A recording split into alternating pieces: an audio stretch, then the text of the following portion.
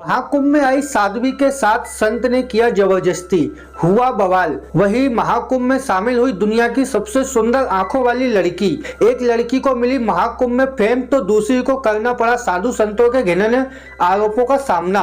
साध्वी के private social media पर किए गए बेवल। आखिर कौन है वो साध्वी जिनके साथ हुई जबरदस्ती, और कौन है वो लड़की जो रातों रात बन गई स्टार? आइए जानते हैं।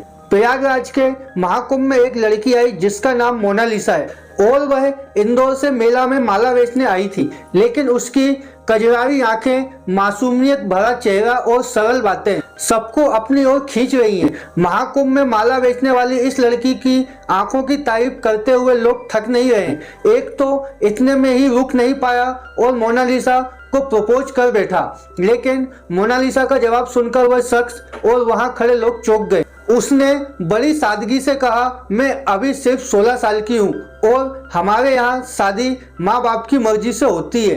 क्या आपको लगता है कि उसने सही कहा? अपनी इस बात से मोनालिसा ने सबको हैरान कर दिया। जब उससे पूछा गया कि क्या वह किसी से प्यार करती है तो उसने बिना किसी झिझक से कहा कि ये सभी मेरे भाई हैं। बातों में ऐसी मासूमियत थी जो आजकल के दौर में कम ही देखने को मिलती है।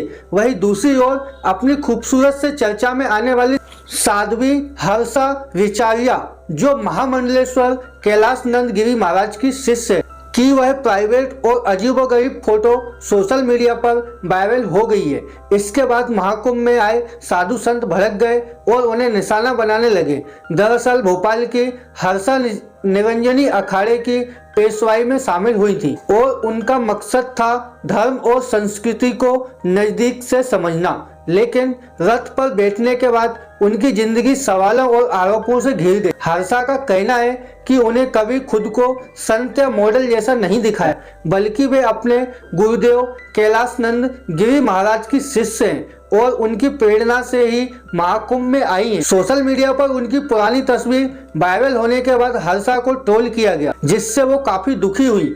उन्होंने इसे महिलाओं की इज्जत पर हमला माना और सवाल उठाया कि जैसे नागा साधुओं को इज्जत मिलती है, वैसे ही महिलाओं को भी धर्म और संस्कृति के मामले में बराबरी का हक क्यों नहीं मिलता। संत आनंद स्वरूप महाराज की बयानबाजी ने इस विवाद को और बढ़ावा दिया।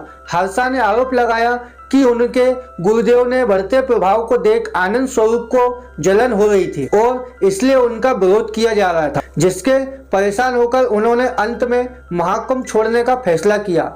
अब अगर आपने वीडियो देख ही लिया है तो लाइक और शेयर जरूर करें। कमेंट में बताएं क्या हर्षा विचारिया को महाकुंभ छोड़ देना चाहिए या उनके खिलाफ लड़ना चाहिए।